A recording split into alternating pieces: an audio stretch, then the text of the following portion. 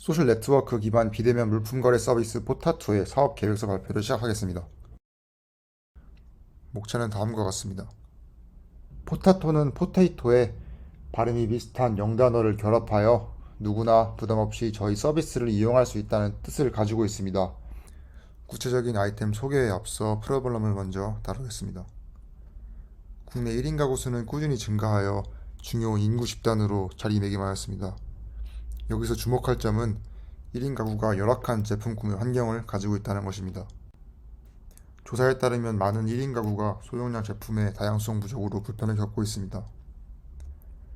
저희는 87명을 대상으로 설문조사를 진행하여 수요를 예측해 보았습니다. 69%의 응답자가 대면보다 비대면으로 이루어지는 거래를 선호한다고 응답하였습니다.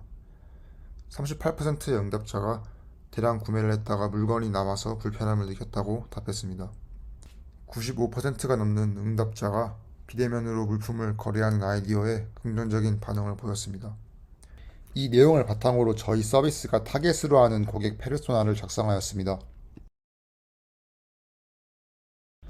1인 가구 관련 사업에 영향을 미치는 요인을 패스트 분석을 통해 예측해 보았습니다.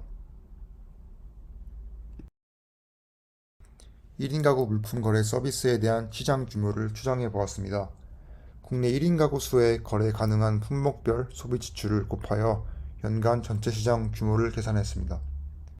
이 중 소형량 생활용품과 오프라인으로 물건을 구입하는 생활용품점을 선호하는 비율을 전체 시장에 곱해 연간 유효 시장 규모를 추정했습니다.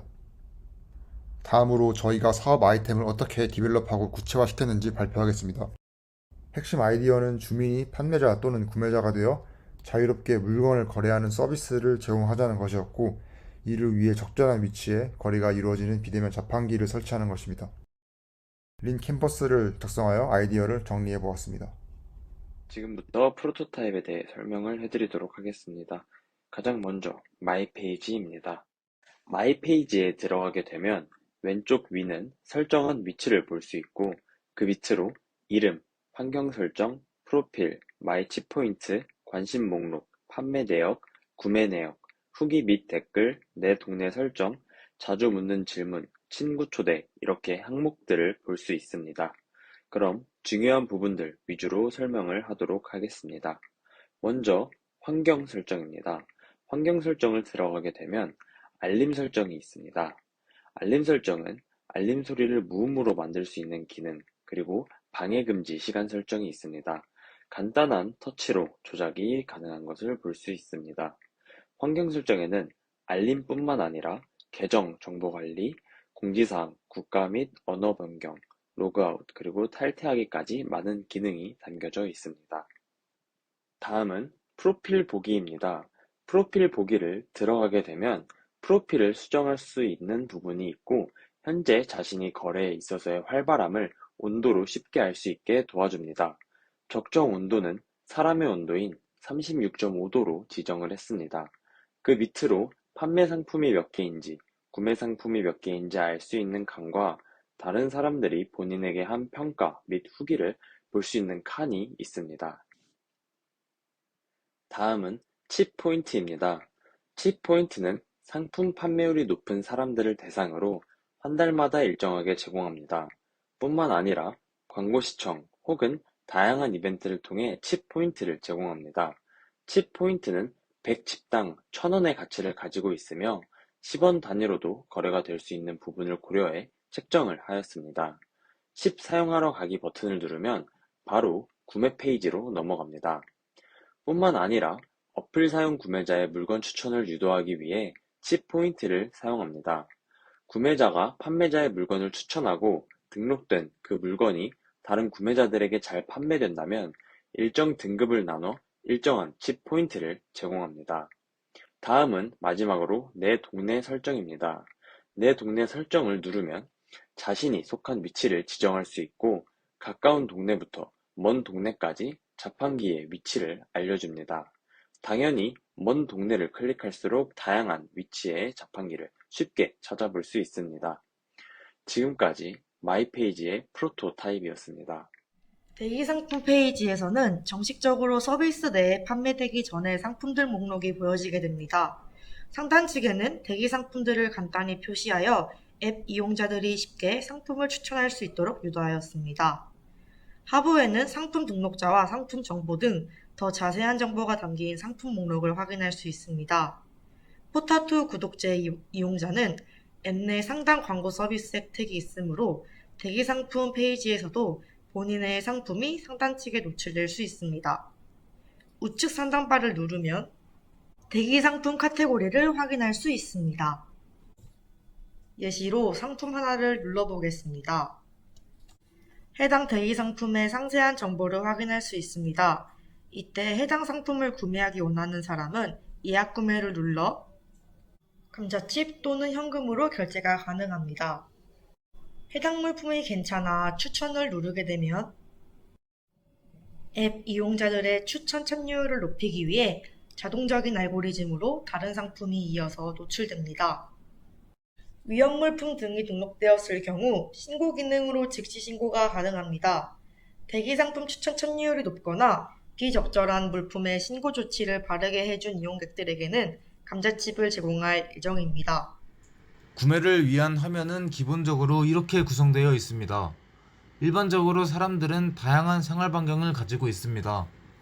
적은 사람들은 집 주변부터 시작하여 많은 사람들은 학교 주변, 회사 주변 등 많은 생활 반경 안에서 살고 있을 것입니다. 생활 반경을 여러 개 설정하여 각 그 안에 있는 자판기의 물품 등록수를 한눈에 확인하고 쉽게 비교해 볼 수 있으므로 가는 동선에서 필요한 물품을 구매하는 효율적인 상황을 만들어낼 수 있습니다.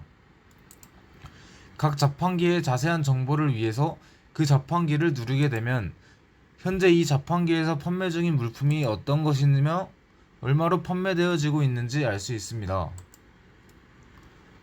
뿐만 아니라 하나하나 자판기를 확인하는 것이 어려움이 있다면 검색창에 들어가게 되면 그 활동 반경에서 판매 중인 물품을 한눈으로 볼 수 있게 됩니다.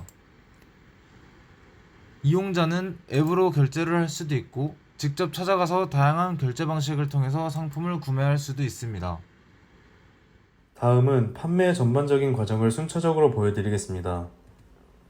판매 등록을 위한 임의의 장소를 누르면 다음과 같은 판매 화면이 뜨게 됩니다.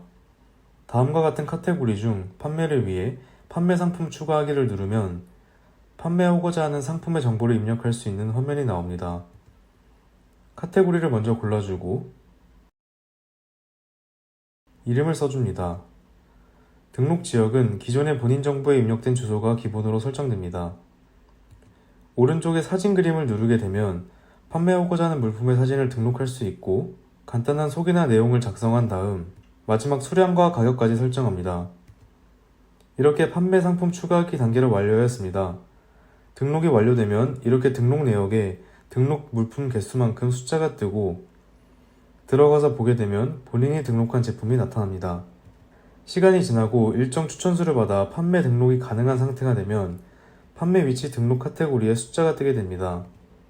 판매 위치를 등록하고자 하는 물품을 선택하면 다음과 같이 본인 설정 지역의 지도와 함께 판매 등록이 가능한 구역 그리고 판매 가능한 물품의 개수가 각 구역별로 표기된 화면이 나타납니다.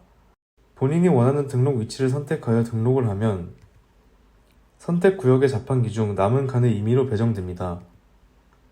판매 위치 등록이 완료되어 판매 위치 등록 대기 물품이 없는 것을 확인할 수 있습니다.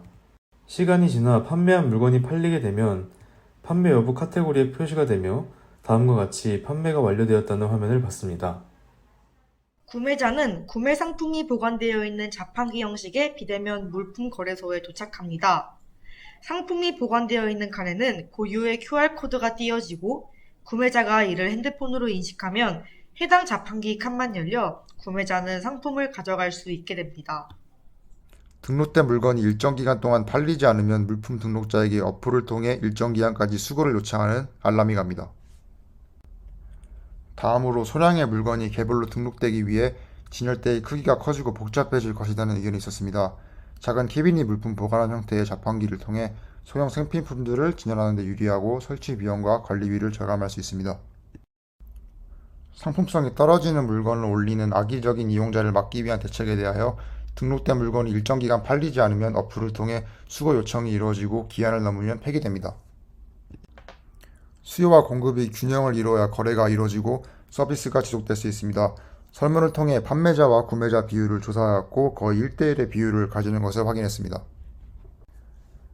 당근마켓과 서비스가 유사하다고 생각할 수 있지만 비대면으로 거래가 이루어지고 거래 시간과 장소를 조율할 필요가 없다는 점에서 차별점을 가지고 있습니다. 다음으로 스케일업입니다. 사피 마케팅 믹스로 전략을 세워보았습니다.